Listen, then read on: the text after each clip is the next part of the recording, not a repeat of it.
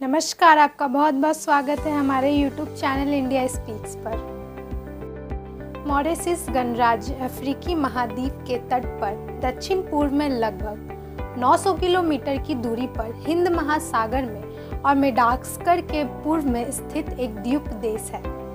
Mauritius में हिंदू की आबादी तीसरे नंबर पर है। दुनिया में मॉरिशस द्वीप के अतिरिक्त इस गणराज्य में सेंट ब्रेडन, रॉड्रिगंज और अगलेगा द्वीप भी शामिल है। दक्षिण पश्चिम में 200 किलोमीटर पर स्थित फ्रांसीसी रियूनियन द्वीप पर 570 किलोमीटर उत्तर पूर्व में स्थित रॉड्रिगंज द्वीप के साथ मॉरिशस मस्करेने द्वीप समूह का हिस्सा है। मॉरिशस की संस्कृति मिश्रित संस्कृति है, जिसके कारण पहले इसका फ्रांस के अधीन होना तथा बाद में ब्रिटिश स्वामित्व में आना है। मॉरिशस द्वीप विलुप्त हो चुके डोडो पक्षी के अंतिम और एकमात्र घर के रूप में भी विख्यात है।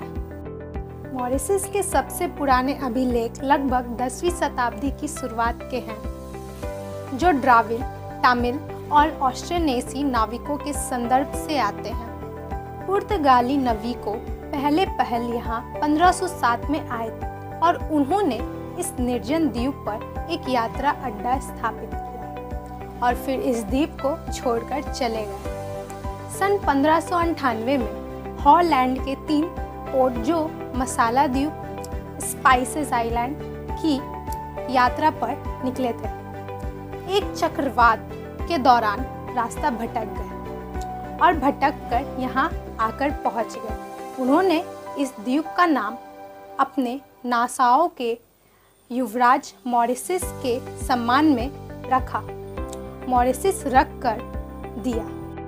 सन 1638 में डच लोगों ने यहाँ पहली स्थायी बस्ती बसाई। चक्रवातों वाली कठोर जलवायु परिस्थितियों और बस्ती को होने वाले लगातार नुकसान के कारण डचों ने कुछ दशकों बाद इस द्वीप को छोड़ दिया।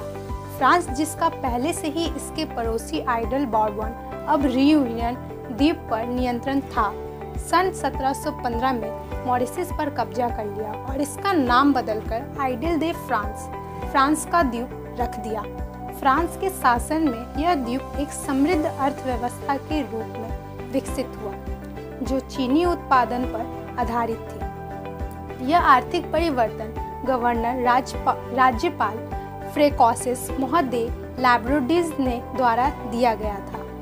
ब्रिटेन के साथ अपने कई सैन्य संघर्षों के दौरान फ्रांस ने गैर कानूनी घोषित जलदेशियों कोर्सेस को शरण दी, जो अक्सर ब्रिटिश जहाज़ों, जिन पर मूल्यवान व्यापार का माल लदा होता था, को अपने भारत और ब्रिटेन के मध्य होने वाली यात्राओं के दौरान लूट लेते थे। सन 1803 से 1815 के दौरान हुए नेपोलियन युद्धों में ब्रिटिश इस द्वीप का नियंत्रण पाने के लिए सफल हो गए। रानपॉट की लड़ाई जीतने के बावजूद, जो कि नेपोलियन ब्रिटिशों पर एकमात्र समुद्री विजय थी, फ्रांसीसी 3 महीने बाद कैप मैल्योरो में ब्रिटेन से हार गए। उन्होंने औपचारिक रूप से 3 दिसंबर 1810 को कुछ शर्तों के साथ समर्पण कर दिया। ये शर्तें थी कि द्वीप पर फ्रांसीसी भाषा का प्रयोग जारी रहेगा और आपराधिक मामलों में नागरिकों पर फ्रांस का कानून लागू होगा। ब्रिटिश शासन के अंतर्गत इस द्वीप का नाम बदलकर वापस मॉरिशस कर दिया गया।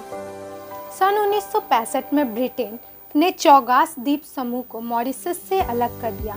उन्होंने ऐसा ब्रिटिश हिंद महासागर क्षेत्र स्थापित करने के लिए किया, जिससे वे स्मारक महत्व के द्वीपों का प्रयोग संयुक्त राज्य अमेरिका के साथ रक्षा सहयोग विभिन्न परियोजनाओं के लिए कर सके।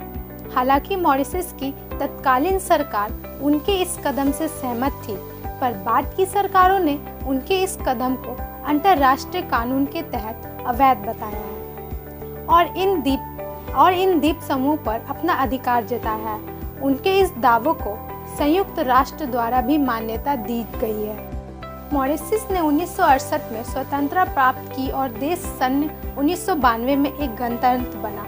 मॉरिशस एक स्थिर लोकतंत्र है, जहां नियमित रूप से स्वतंत्र चुनाव होते हैं और मानवाधिकारों के मामले में भी देश की छवि अच्छी है। इसके चलते यहाँ काफ़ी विदेशी निवेश हुआ है और यह देश अफ्रीका में सबसे अधिक प्रति व्यक्ति आय वाला देशों में से एक है। एक संसदीय लोकतंत्र है जिसकी संरक्षा ब्रिटेन की संसदीय प्रणाली पर आधारित है।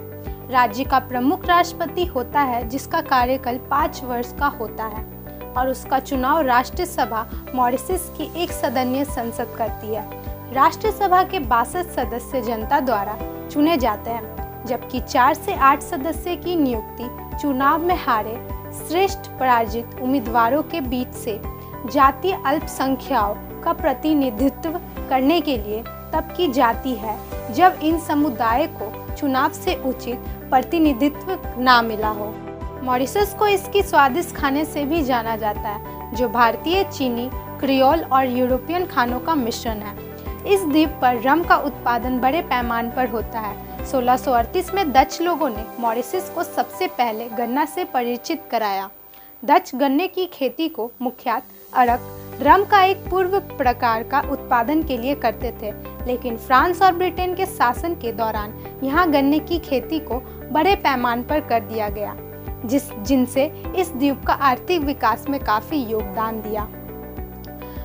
पियर चार्ल्स फ्रेकोएंस हेरल्ड पहला व्यक्ति था जिसने 1850 में मॉरिशस में रम के स्थानीय आसवन का प्रस्ताव किया। सेगा स्थानीय लोक संगीत है। सेगा मूलतः अफ्रीकी संगीत है जिसमें परंपरागत वाद्यों का उपयोग होता है, जैसे रवाने जिसे बकरी की त्वचा से बनाया जाता है। आमतौर पर सेगा में गुलामी के दिनों या यातनाओं का वर्णन होता है। साथ ही इन गीतों में आजकल के दौर में अश्वेतों का सामाजिक समस्याओं का भी उठाया जाता है। आमतौर पर पुरुष वाद्य बजाते हैं और महिलाएं साथ में नृत्य करती हैं। तटीय क्षेत्र के होटलों में यह शो नियमित रूप से आयोजित किए जाते हैं। 1847 में मॉरिशस डाक टिकट जारी करने वाला 5वां देश बना। यहाँ से 2 प्रकार के डाक टिकट जारी किए गए, जिन्हें तब मॉरिशस डाकघर टिकट के नाम से जाना जाता था। एक टिकट एक लाल पेनी और दूसरी 2 नीले पेंस मूल्य वर्ग की थी और आज यह टिकट शायद दुनिया की सबसे प्रसिद्ध और मूल्यवान टिकटें हैं। मॉरिशस की जब इसकी खोज हुई थी तब यह द्वीप एक अज्ञात पक्षी प्रजाति का घर था जिसे पुर्तगालियों ने डोडो मूर्ख कहकर पुकारा, क्योंकि यह बहुत अक्लमंद नहीं लगते थे। लेकिन 1681 तक सभी डोडो पक्षियों को बसने वाले और उनके पालतू जानवरों ने मार दिया। एक वैकल्पिक सिद्धांत बताता है कि बसने वालों के साथ आए जंगली सुअरों ने धीमी गति से प्रजनन करने वाले डोडो के घोंसले उजाड़ दिए। फिर भी डोडो आज मॉरिशस का राष्ट्रीय प्रतीक चिन्ह बन गया है। तो ये थी कुछ जानकारी मॉरिशस के बारे में।